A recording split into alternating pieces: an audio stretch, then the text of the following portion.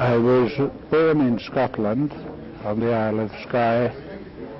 I was educated largely in Birmingham until I went to Edinburgh University, where I got a PhD in theology in 1933.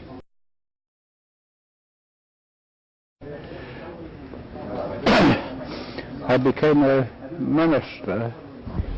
I was actually the National Overseer for Jehovah's Witnesses. Many people would debate whether that is Christian or not. But I left that ministry in 1969, purely and simply because I felt that I could no longer continue to preach things that I didn't believe. I would love to tell you that I started straight away on a search for truth, but that would be a lie. I did everything that was bad. I went completely the wrong way. I gambled, I drank, I womanized. Until in 1995, on October the 28th, praise be to Allah, I embraced Islam. I'd been considering Islam for some years beforehand, and had already made one or two adjustments in my life, my eating habits. I was eating halal for 10 years before I embraced Islam. I was choosing my friends more carefully, and it was not until 18 months before I embraced Islam that I gave up drinking and at the same time gave up gambling. My mother, who died only 6 weeks ago, was the oldest Muslim in Europe. She would have been, had she remained alive 3 weeks later, she would have been 119 years old. She embraced Islam 2 years before she died, and was engaged in the work of Dawat until the day she died. I am very, very happy to be Muslim. I'm very proud to be Muslim.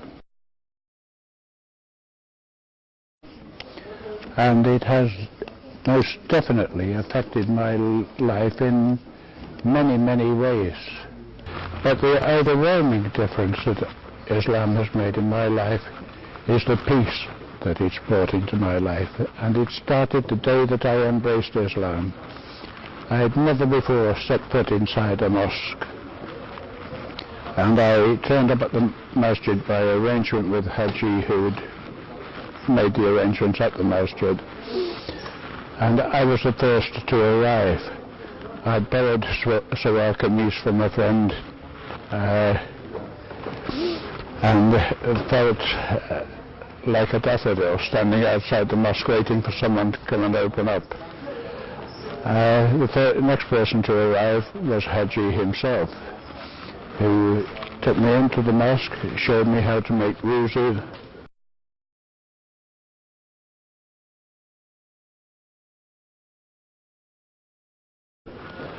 and then told me that he had to go into the office. I didn't realize until that point that he was a member of the mosque committee. He told me he had to go into the office to sort out some mosque business, but I could go into the prayer hall. He said, if anyone comes in, they won't ask any questions, just sit down. Any books that you see around, you're welcome to read any of them. So I opened the door to the prayer hall, and it was like a wave rushed over me, a wave of utter and complete peace.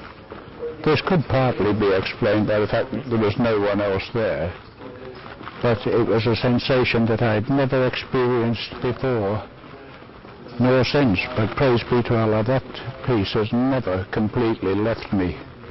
My iman has been up and down in common with most of my Muslim brothers, but praise be to Allah, I'm still here, and I hope to continue until Judgment Day.